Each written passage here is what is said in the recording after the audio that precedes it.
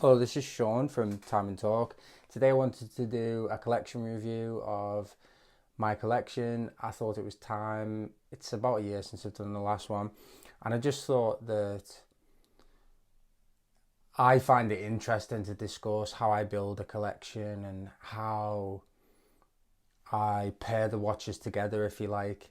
I try to make the watches as different as possible. I mean, that's really obvious, but in terms of aesthetics as well, rather than just, this one's automatic and this one's manual, because that's not visible unless you know about the watches as well. I think it's interesting from the standpoint of, like, I'm not a watch collector. I'm not trying to build a collection, because a collection is never finished. If you collect Submariners, you've got to collect all of them, and there's hundreds of thousands of different examples of watches that you can get. So I'm never going to go more than 8, and I'm trying to build them so that they look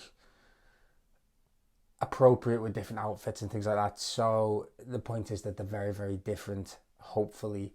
I think I've made some mistakes in relation to the watches that I've bought, and I'm subsequently not able, or I don't want to get rid of them. So if I would have gone back, I might have made some different choices. But going forward, at the end, I'll tell you guys what my next goals are and things like that. So I'll just go through them. I'll tell you a little bit about them, and tell me what you think I should add at the end of the video as well, obviously in the comment section.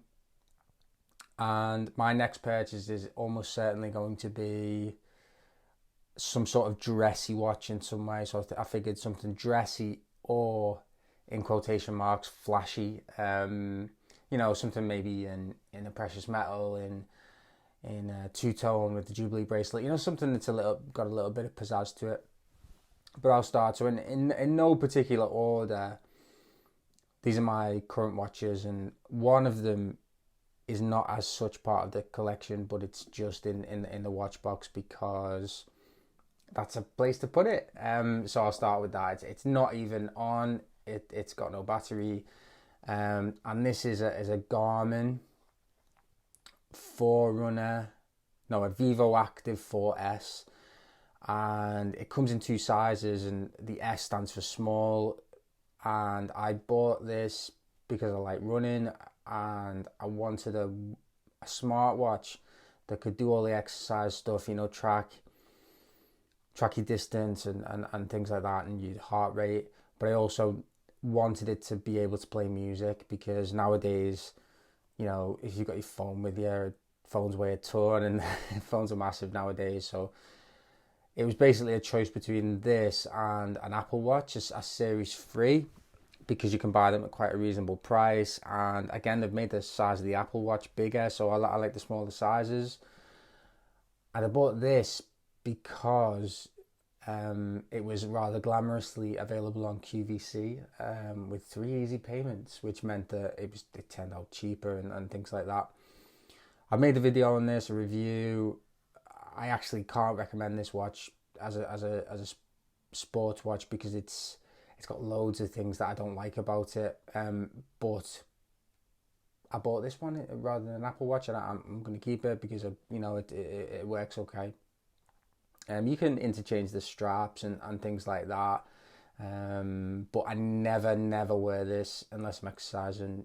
I don't really like the idea of wearing watches that are intended for sport as normal watches. Personal to me, I don't like that. So next, my last video was actually about this watch, and this is an Accurist. It's manual wind dress watch. I think it's about 33 millimeters, 34 millimeters. It's gold plated. I imagine it's gold plated, as opposed to looking like a gold color. It's got no seconds hand. The movement is ridiculously inaccurate. I think it's 7 minutes, 10 minutes a day, something like that. It's not worth servicing, because a service had cost more than buying another one. I think it was about £20 on eBay or something like that. But I really like this because it gives me something a little bit different. It's smaller than any of my other watches. It's really, really thin. You can see that. My last video was about this and not many people watched it, but it's a dress watch, and it's cool. It gives you that kind of like 1950s mid-century look when you wear it, and I'm getting into that sort of look. And you don't have to shell out, an equivalent Omega would be hundreds of pounds.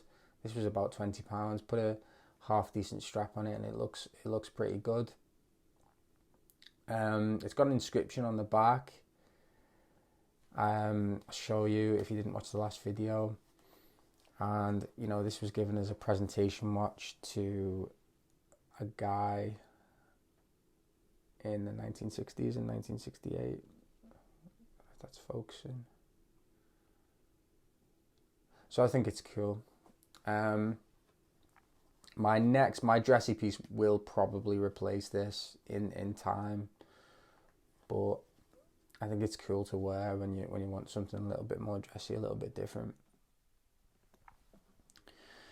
So next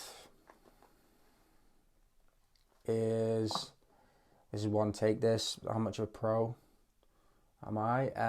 So this is a Lip Nautic ski.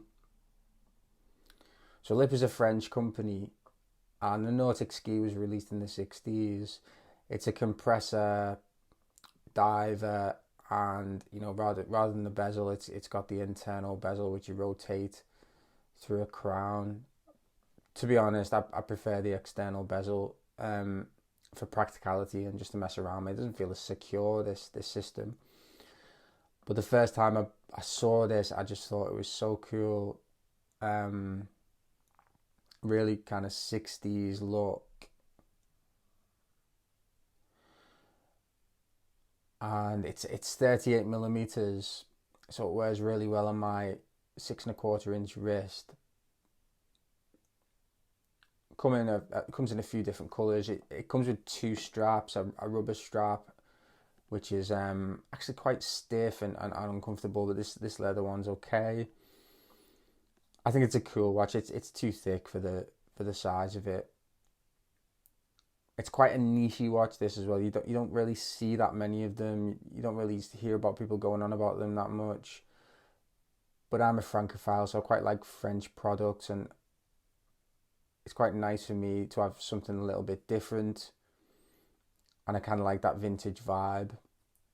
Some would say this is a little bit overpriced. It's got a Miyota movement in it. It was, the retail price is €499, which is about 400, maybe a bit more than £400. But I do like that watch. But word of caution, if you're going to buy one, it's going to be difficult to sell it at the price you bought it at, because people don't really look for them that much. People are not very interested in the brand as much as others. This one, the Citizen Promaster Tough in blue.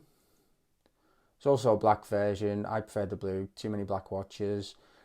I bought this at the beginning of the coronavirus pandemic, so I'm a mentor of that forever. And this is 40 millimeters. It's titanium. It comes on kind of a denim strap, but I've got it on this rubber strap. It's such a cool watch. I didn't expect to like this as much as I do, but it's so comfortable. When I first saw it, I thought it was hideous, but the looks have grown on me. It's like an exaggerated field watch with massive kind of markers. Pretty plain apart from that. It's just a great watch to wear because it's so comfortable. It's very light because of the titanium. And I would really recommend this watch if you want a tough watch that you're going to wear all the time. Obviously, it's not really appropriate for kind of, office wear and things like that. I don't think. I wouldn't wear it in that circumstance anyway, but it's just so cool. I love it.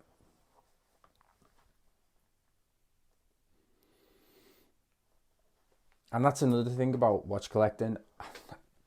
I don't see the point in accruing, all these watches. Like, if you've got 20, 30, 50 watches, especially if you've got different tiers. So if you've got, a watch that's really special to you and maybe really expensive, and you'd be willing to spend that money on it, why would you wear a watch that wasn't that special? You know, you just gravitate towards certain watches, so there's no point in really having that many. I mean, that's my opinion.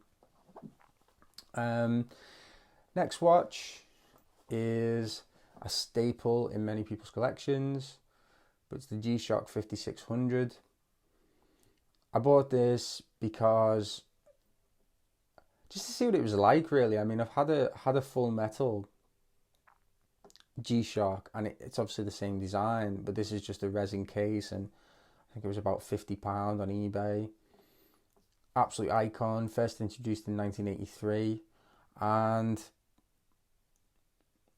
I put this on eBay to sell it, and then I thought, what's the point? It's £50, I might as well keep it. You know what it's like on eBay, you put it on £50, someone offers you 20p for it. And I like wearing it when I'm wearing like a really casual clothes, or maybe just pottering about, and it's got a kind of a cool look, but it's one of the few watches that's affordable and yet incredibly iconic at the same time, because it's existed for almost 40 years. The design is relatively unchanged, and it's pretty useful as well. I mean, you could wear this if you do a certain type of job. You could wear it at work and it wouldn't get damaged. And also casually, I wouldn't wear this for anything a little bit smarter, but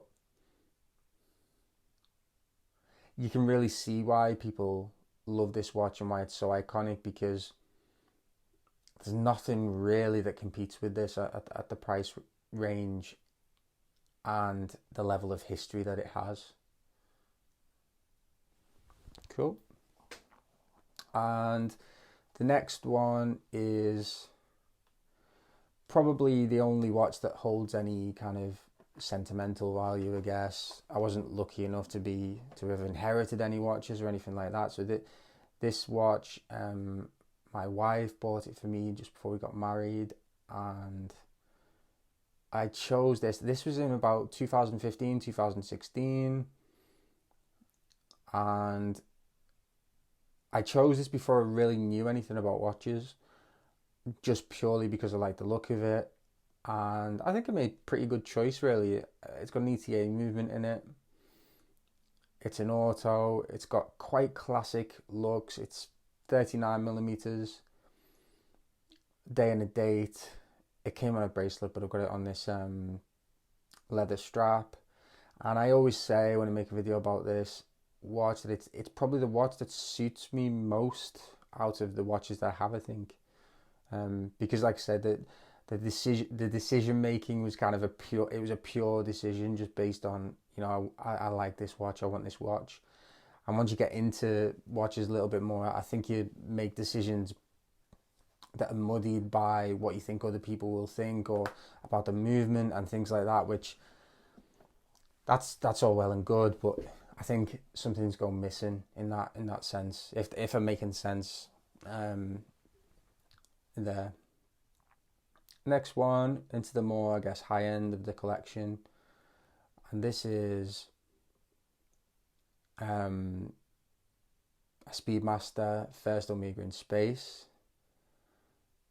So I bought this in 2017. So actually, through coincidence, serendipity, this is a birth year watch for my son. And I did own a Moon watch for a bit, and then I sold it, and I decided that I wanted another one. So I had the choice between this and a Moon watch on a leather strap, and I chose this because it just looked better on my wrist. My wrist is quite small, and this is smaller in proportion than the Moon watch. Apparently that's just because of the crown guards, but it does wear smaller. And I've kind of had a bit of a weird relationship with this watch, because part of me thinks it's a little bit sterile, the watch, and it's 19mm as well, so you can't get a bracelet for it, but I do love it. And it's kind of a good balance between sporty and dressy. But that's what I mean in terms of the maybe mistakes that I've made in the watch buying, because I've got a few black dialed circa 40mm watches, and they technically would serve the kind of same purpose in when you're getting dressed, if you want a certain look. So I kind of wish that it differentiated a little bit more if I was to go back and do it again. But I don't think this will be going anywhere, because you get attached to them, don't you, when you wear them for a while. My kind of main watch is this one. So it's the Rolex Explorer 214270. I bought this in 2016, just as the Mark II was incoming. This is the Mark I. And obviously this year Rolex made the fateful decision to bring back the 36mm. To be honest, I still think the 39 is the better buy, because this wears like a modern sports watch. 36mm watches don't. They wear more dressy, more traditional, and that's what I wanted when I bought this. So if I was to say I wanted a 36mm, I would go with a previous reference rather than the new one. Despite the fact that I own a modern Rolex, if you like, I don't really like modern Rolexes, in the sense that if you want something quite flashy and quite sterile and quite modern, if you want to put it that way, go for a modern sports Rolex. But if you want traditional Rolex looks, I think the previous generations are better. Well, for me, but I prefer them.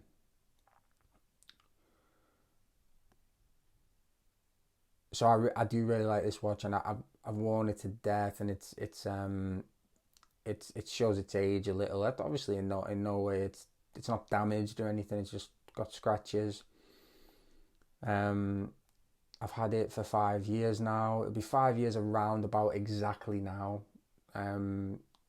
So still 5 years away from needing a service according to Rolex, but it's cool. It's a cool watch. My two main luxury watches have been discontinued in the last few months, so I don't know what that says about my taste. But anyway, so yeah, that's my collection. I mean, it's probably not the most interesting collection in the world, but I think the interesting thing about having a box like this and building a collection of watches is to think about what purpose do they serve. I'm very much of the idea that I don't want to overbuy, because at the end of the day, if you like watches, you could buy thousands and never be satisfied. So the idea of having these parameters, an 8-watch box, is kind of forcing on you this discipline, I guess, if you like. But anyway, so let me know what you think I should add. Realistically, I've got 2 spaces, because these two, that really is not part of the collection, and this one is the dress watch that my next piece is probably going to replace. So if you were to pair 2 more watches with these 6, what would you buy? Also, in terms of the similarity thing that I was mentioning, I think the Tissot and the Explorer, if I was to go back, I would probably differentiate maybe a fluted bezel Datejust with a Jubilee bracelet, because it's very different from the Tissot. By the same token, this and the Explorer are quite similar in some ways. So, tell me about your thinking behind watch collecting and how to build a cohesive collection, if you like. Okay, so thanks very much for watching. If you like my videos, please subscribe. Sorry for the rambling. And hit me in the comments with what you think about watch collecting and what you think I should add. Thanks very much. Bye-bye.